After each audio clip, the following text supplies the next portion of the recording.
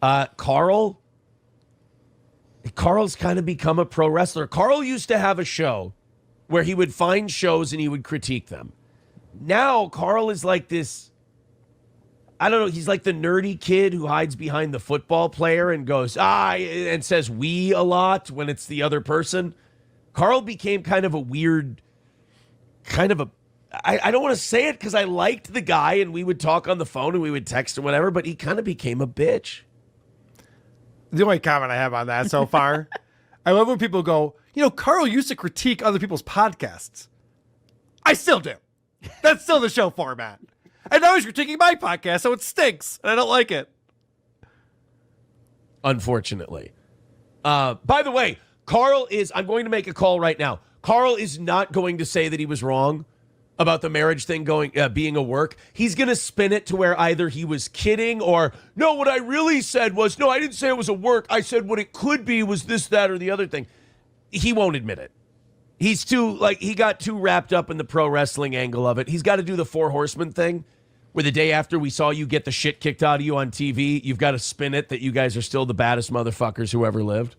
All right, so this is why I wanted to play this. Because Aaron can gaslight his audience all he wants. Kevin Brennan does the same thing, just make shit up that's not true at all, and just say it, assuming that no one will ever fact check him on it.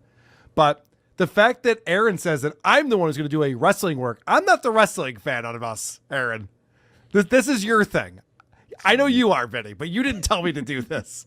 I like how the snitch called you a bitch. I love that. I know. So Aaron comes on here and he goes, you know what Karl's going to do next? He's not even going to admit that he was wrong.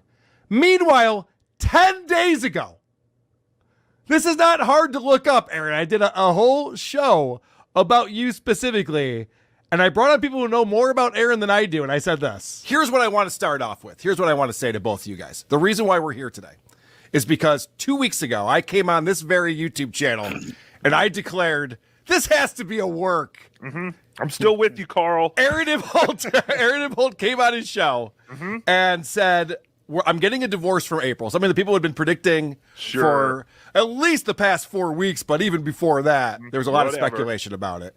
And I said, okay, this has to be a work. There's no way this is real. No one would behave like this. No one would be lying to their audience like this and then come back and just say, no, guys, you were all right. I was lying all this time. April and I are getting a divorce. I went, well, this seems fishy.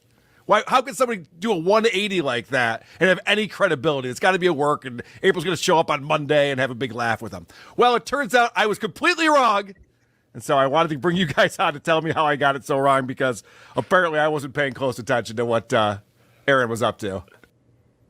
Oh, wrong again, Aaron. You know what Karl's going to do? He's going to say, I didn't say that, and I didn't mean that. Nope. I said it. I meant it. I was hoping it was true. I was hoping it was a work.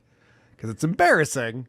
For the sake of you and your family, he was hoping it was a work. Eric. Yes, I was hoping it was a work, because if Melton and Chad Zubak knew everything about the details of your life just by watching your body language, then you're a joke.